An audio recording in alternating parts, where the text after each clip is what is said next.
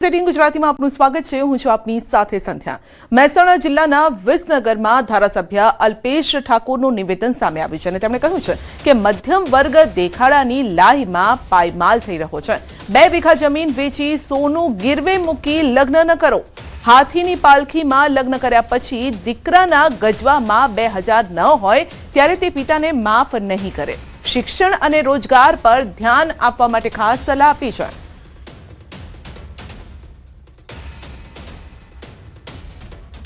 दागीना गिरवी में दागीना भी पसंद थोड़ा था। व्याजे લીધેલા પૈસાથી થોડા વોટ મારાય।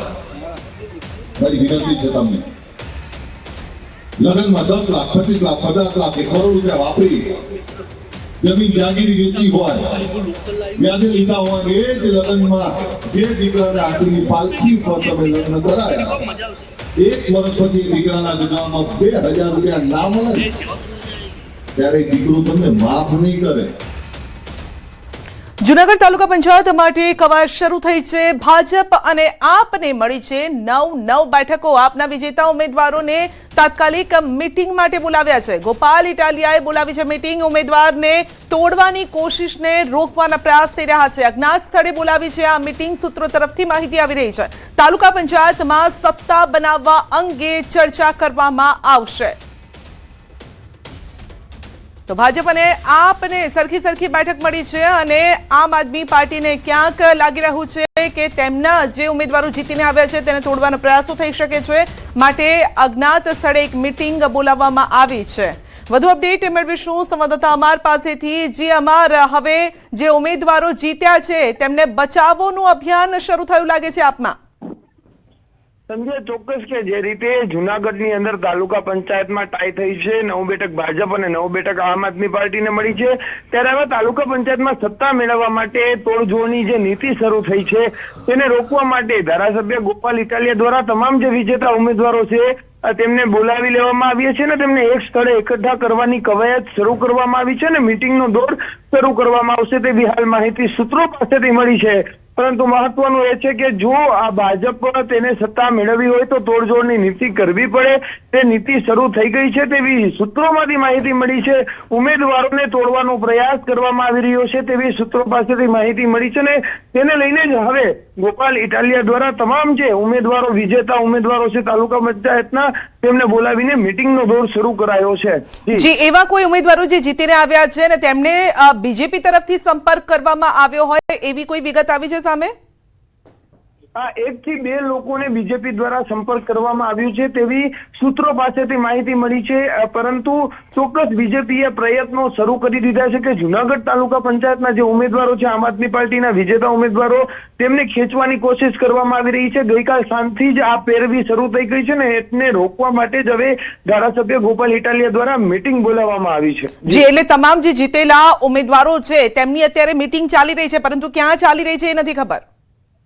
હા, મીટિંગ માટે તમામ ઉમેદવારોને કહી દીધું છે, એક સ્થળે ભેગા થવાનું કહી દેવામાં આવ્યું છે। જિલ્લા પ્રમુખ દ્વારા છે તે તમામ લોકોનો સંપર્ક કરવામાં આવી રહ્યો છે, પરંતુ મીટિંગ ક્યાં છે, કેટલા વાગે છે અને મીટિંગ કેટલો સમય ચાલશે તે હજુ સુધી જે માહિતી સામે નથી આવી। પરંતુ ચોક્કસ એક વાત એ છે કે આમ આદમી પાર્ટીનો એક પણ ઉમેદવાર ન તૂટે તેના માટે છે તે હાલ પ્રયાસો કરવામાં આવી રહ્યા છે। જી, આપનો આભાર। ગીર સોમનાથની વાત કરીએ તો કોડીનાર તાલુકા પંચાયત રચનાનું કોકડું ગુંચવાઈ ગયું છે। ભાજપનો ગઢ ગણાતા અને કેબિનેટ શિક્ષણ મંત્રી ડોક્ટર પ્રદ્યુમન વાજાની વિધાનસભામાં કોકડું ગુંચવાયું છે। 12 બેઠક કોંગ્રેસ, 11 ભાજપ અને 1 અપક્ષ વિજેતા છે। તો આ રીતે જે આંકડાની માયાજાળ અહીંયા રચાય છે વિજેતાઓમાં, તેને લઈને કોકડું ગુંચવાયું છે। કોંગ્રેસ સત્તા સંભાળવા 1 બેઠક જોઈએ છે અને જ્યારે કે ભાજપને 2 બેઠક જોઈએ છે। હવે આવામાં અપક્ષ ઉમેદવાર હુકમનો એકો સાબિત થઈ શકે છે। અપક્ષ ઉમેદવાર કોડીનારના અરણેજ ગામના વતની છે। તો અપક્ષ મહિલા ઉમેદવારના પ્રતિનિધિએ ન્યૂઝ 18 ગુજરાતી સાથે ટેલિફોનિક વાતચીત કરી। વાતચીતમાં કહ્યું, ભાજપ કોંગ્રેસ બંનેમાંથી કોઈ પાર્ટીએ મારો સંપર્ક નથી કર્યો। અમે માત્ર ગામના સ્થાનિક પ્રશ્નોના કારણે અપક્ષમાંથી ચૂંટણી લડ્યા। ભાજપ હોય કે કોંગ્રેસ, અમને કોઈ સાથે વાંધો નથી, પરંતુ કોઈ પાર્ટીને સમર્થન આપતા પહેલા મારે મારા પરિવાર અને કાર્યકર્તાઓનું સમર્થન લેવું પડે। વધુ અપક્ષ ઉમેદવારના પ્રતિનિધિએ જણાવ્યું છે કે અમને અપક્ષમાં પૂર્વ ધારાસભ્ય અને સંસદીય સચિવ જેઠાભાઈ સોલંકીએ મદદ કરી.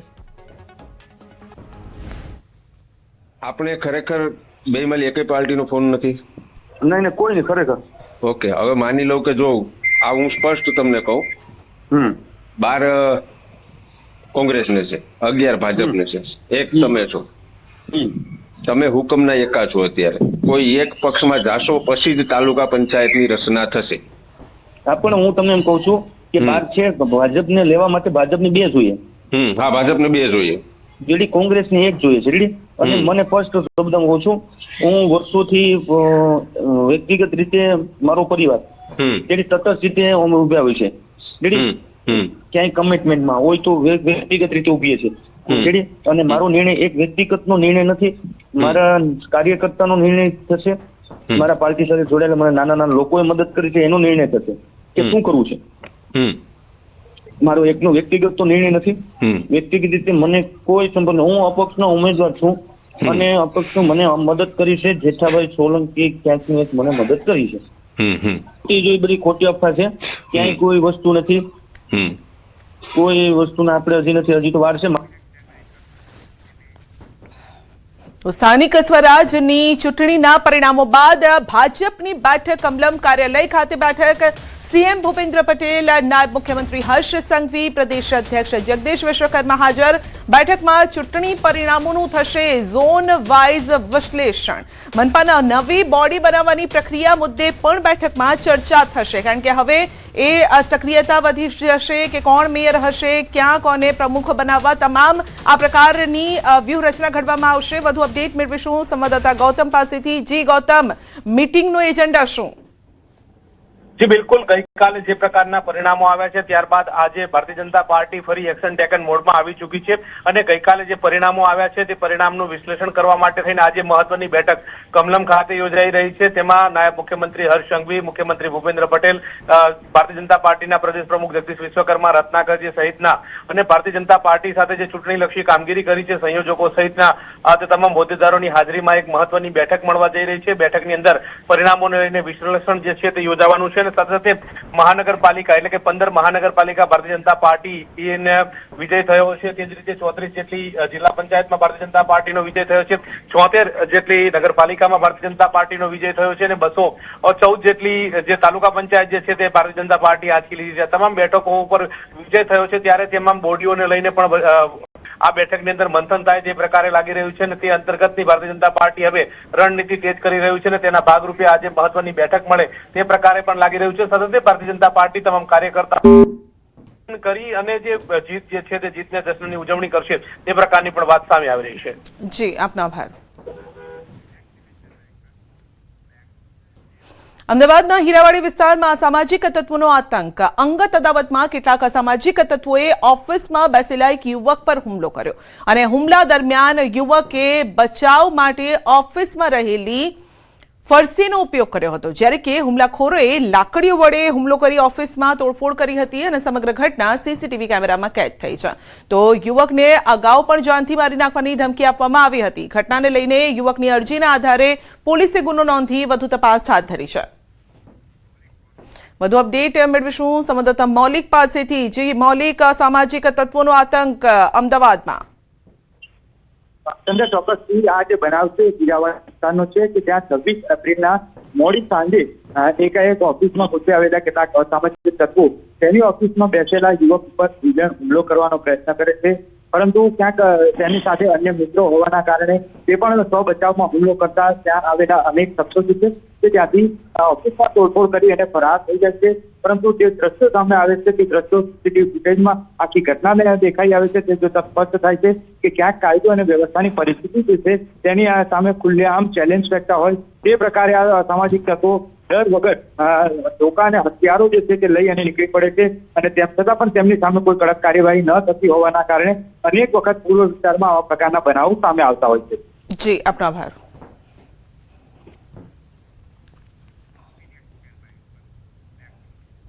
સુરતના વેસુ વિસ્તારમાં આવેલા આંબેડકર નગર આવાસમાં મધરાત્રે થયેલા લોહિયાળ હુમલાએ વિસ્તારમાં ભારે ચકચાર મચાવી. સુલતાન નામના વ્યક્તિની શોધમાં કેટલાક શખ્સો બાઇક પર સવાર થઈને આવાસમાં ઘૂસી આવ્યા અને દાદાગીરી શરૂ કરી.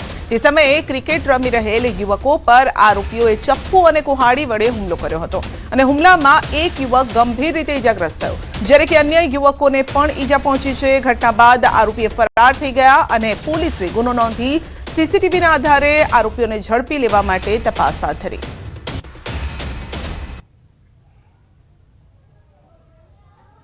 અને બહારના કઈ અસામાજિક તત્વો આવ્યા હતા.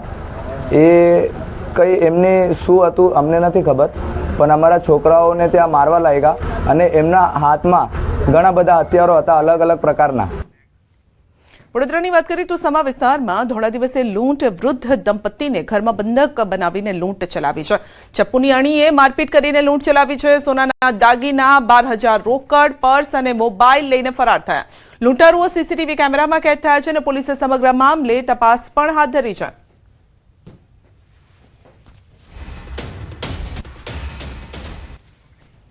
તો 2 દિવસ પહેલા ઘટના બની હતી, લૂંટની ઘટના, જેના સીસીટીવી આપ જોઈ શકો છો. સમા વિસ્તારમાં ધોળા દિવસે લૂંટની આ ઘટના બની હતી. મતદાનના બીજા દિવસે આ ઘટના બની હતી અને આ યુવાનો એવું કહીને આવ્યા હતા કે તમે ગઈકાલે મત આપ્યો કે નહીં, એ રીતે વાતચીતમાં ભોળવી અને તેઓ ઘરમાં પ્રવેશ કર્યા. બપોરના સમયે તેઓ આવ્યા હતા, જેથી આસપાસના લોકો પણ બપોરના સમયે ગરમીમાં લોકો ઘરની અંદર હોય છે. इतने में मुझे धक्का मार के गिरा दिया. गिरा देने के बाद मुझे गला में दबा के रखा और चाकू छाती में रखा, बोला तुमको मार दूंगा. फिर हमारा उंगली का जो दो रिंग था वो खींच के लिया. पर्स में मिसेस का एक छोटा पर्स में पैसा था, 12,000 जैसा था, वो लिया. हमको दोनों को रूम में बंद किया और फ़ोन भी नहीं था, तो किसको फ़ोन कर नहीं सकता है. फ़ोन भी ले गए. हाँ, फ़ोन भी ले गया. વાવથરાદમાં ભત્રીજાએ કરી કાકાની કરપીણ હત્યા. મોડી રાત્રે લાકડી વડે હુમલો કરીને હત્યા કરી છે. મૃતદેહને પીએમ માટે હોસ્પિટલ ખસેડાયો છે. લાખણી તાલુકાના ધૂણસોલ ગામની આ ઘટના છે. તો આગથડા પોલીસે ઘટનાસ્થળે પહોંચીને વધુ તપાસ પણ હાથ ધરી છે. સાબરકાંઠાના હિંમતનગરના જસવંતગઢ પાટિયા નજીક ગંફાર અકસ્માત સર્જાયો હતો. અકસ્માતમાં 6 લોકોના ઘટનાસ્થળે મોત નીપજ્યા છે. 6 લોકો ઈજાગ્રસ્ત થયા છે. મિની બસે કારને પાછળથી અડફેટે લીધા આ અકસ્માત સર્જાયો. ઈજાગ્રસ્તોને સારવાર અર્થે હોસ્પિટલ ખસેડાયા છે, સિવિલમાં ખસેડાયા છે. ગામભોઈ પોલીસ ઘટનાસ્થળે પહોંચી છે. કાર્યવાહી પણ હાથ ધરાઈ છે. હાઈવે પર ગંફાર અકસ્માત બાદ SP, DYSP, RTO, deputy collector સહિતના સંયુક્ત નિરીક્ષણને હાથ ધરી છે. ગેરકાયદેસર હાઈવે કટ બંધ કરાશે. અકસ્માત નિવારવા માટે નેશનલ હાઈવે ઓથોરિટીને પણ જોખમી કટ અંગે જણાવાશે. તો ભવિષ્યમાં અકસ્માતના જોખમ ન સર્જાય તે માટે કાર્યવાહી કરવામાં આવશે.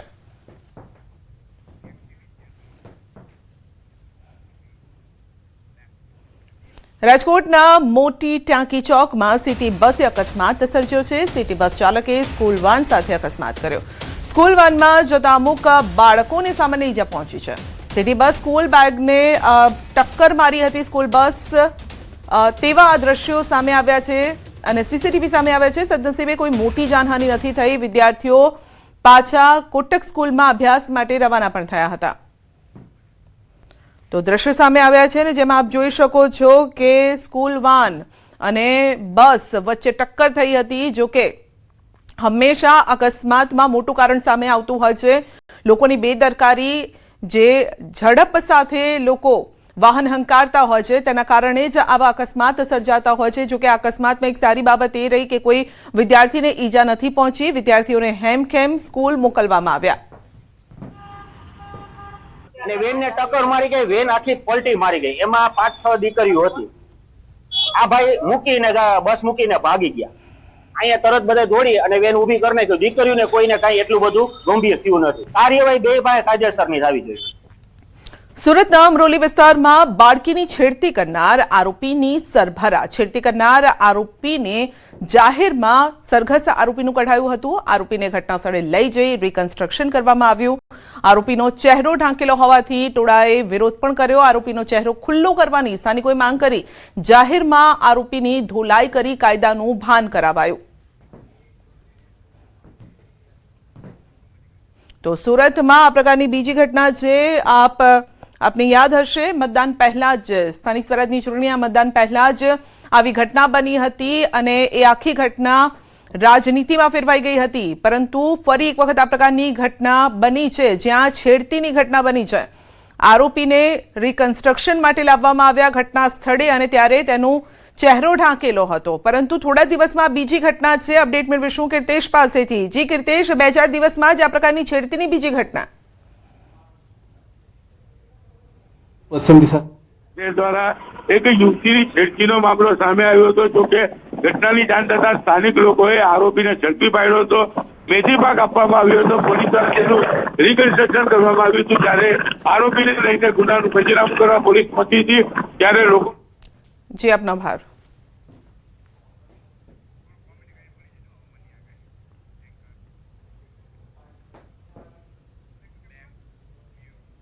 तो गर्मी ने लेने हवामान विभागनी आगाही. 3 दिन तक ऐसा स्थिति रहने का संभावना रहेगा. सबसे ज़्यादा तापमान रिकॉर्ड हुआ है राजकोट में 43.6 डिग्री सेंटीग्रेड, जो सामान्य से 2.24 डिग्री सेंटीग्रेड ज़्यादा है. अहमदाबाद में रिकॉर्ड हुआ है 43.2 डिग्री सेंटीग्रेड, जो सामान्य से 1.6 डिग्री सेंटीग्रेड ज़्यादा है. और गांधीनगर में रिकॉर्ड हुआ है 42.8 डिग्री सेंटीग्रेड, जो सामान्य से 1.6 डिग्री सेंटीग्रेड ज़्यादा है. सर अहमदाबाद में कितना रहेगा? 43 डिग्री अधिकतम तापमान जो है 43 डिग्री सेंटीग्रेड आसपास रहने का अगले 2 दिन के लिए बोला गया है. कोई अलर्ट है सर? अभी कोई अलर्ट नहीं है सर. टेम्परेचर फॉल होगा रीजन? अभी देखिए जो विंड है वो पश्चिम दिशा से मेनली राज्यों में चल रहा है, तो पश्चिम दिशा से विंड आने से उसका मॉइस्चर आता है, इसके कारण टेम्परेचर डाउन होने का संभावना है.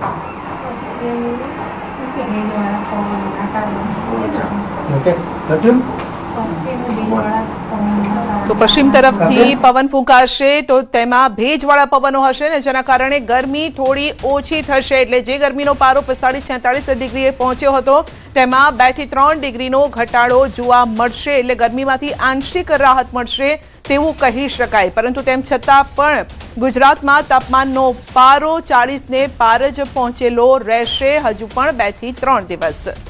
તો ગરમીથી સાચવજો. વધતી ગરમીથી લોકોના સ્વાસ્થ્ય પર અત્યારે અસર પણ જોવા મળી રહી છે. માથું દુખવું, ચક્કર આવવા, ઝાડા ઉલટીના કેસમાં વધારો થયો છે. ગરમીથી બચવા સતત પાણી પીવાની તબીબો સલાહ આપી રહ્યા છે. ડિહાઇડ્રેશન ન થાય તેનું ખાસ ધ્યાન રાખવું પડશે. શહેરમાં રોગચાળામાં વધારો થયો છે. સોલા સિવિલમાં એક સપ્તાહમાં 11,788 ઓપીડી નોંધાઈ. ડેન્ગ્યુના 4, મેલેરિયાના 4 પોઝિટિવ કેસ, સ્વાઇન ફ્લૂનો પણ 1 પોઝિટિવ કેસ સામે આવ્યો.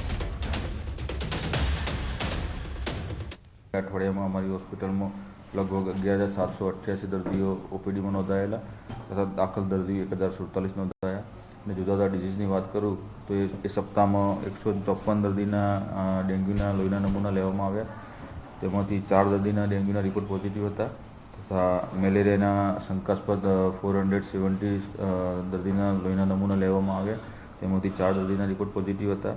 ગરમીના વાતાવરણમાં માથું દુખવું, ચક્કર આવવા, પેટમાં દુખાવો થવો, ઝાડા ઉલટી થવી તેવા સિમ્ટમના દર્દીઓ અમારી હોસ્પિટલમાં આવતા હોય છે ઇમરજન્સીમાં 108 દ્વારા. અને વારંવાર પાણી પીવું જોઈએ, લીંબુ પાણી પીવું જોઈએ, છાશ વગેરે ઠંડા પીણા પીવા જોઈએ. મુખ્યત્વે આપણા શરીરમાં બોડીમાં ડિહાઇડ્રેશન ના થાય તેના માટે સંપૂર્ણ કાળજી આપણે લેવી જોઈએ. બુલેટિનમાં આગળ વધીશું નાનકડા બ્રેક બાદ.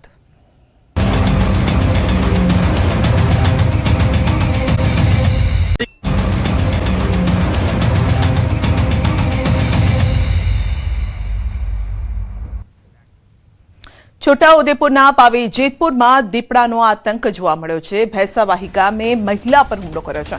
રાત્રિ દરમિયાન પહેલા વાછરડા પર હુમલો કર્યો અને બાદમાં ટેકરી ફળિયામાં રહેલી મહિલા પર સવારે 4 વાગે ખેતરમાં સૂતેલી મહિલા પર હુમલો કર્યો. દીપડાના હુમલામાં મહિલાને માથાના ભાગે ઈજા પહોંચી છે.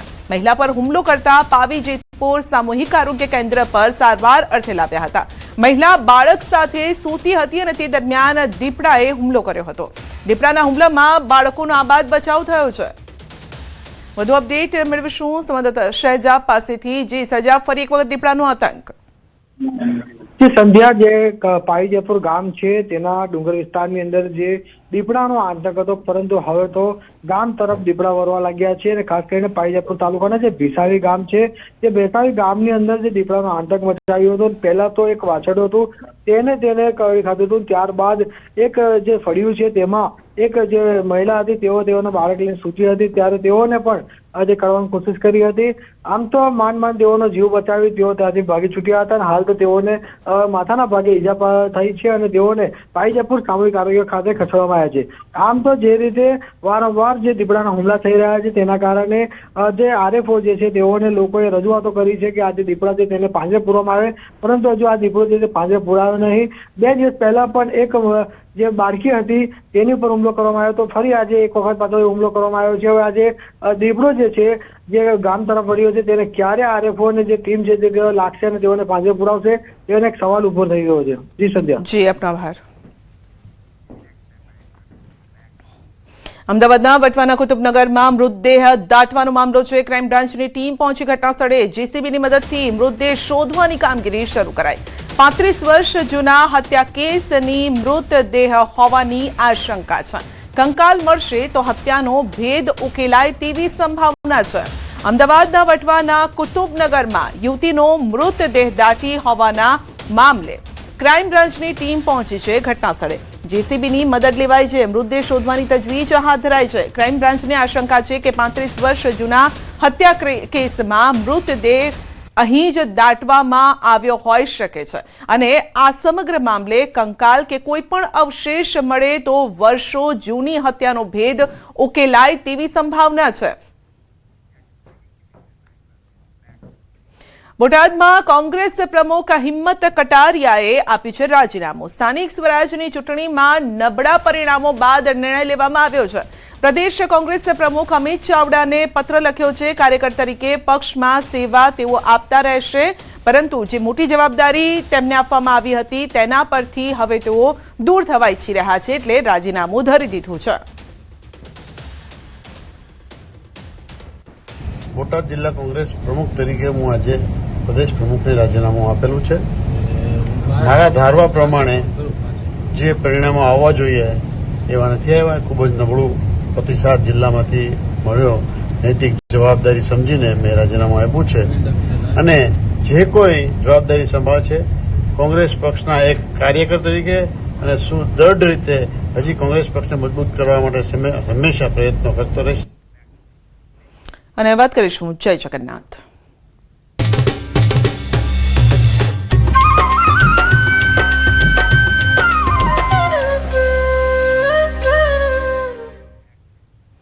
અમદાવાદમાં ભગવાન જગન્નાથજીની 149મી ભવ્ય રથયાત્રાની તૈયારીઓ ધામધૂમથી ચાલી રહી છે.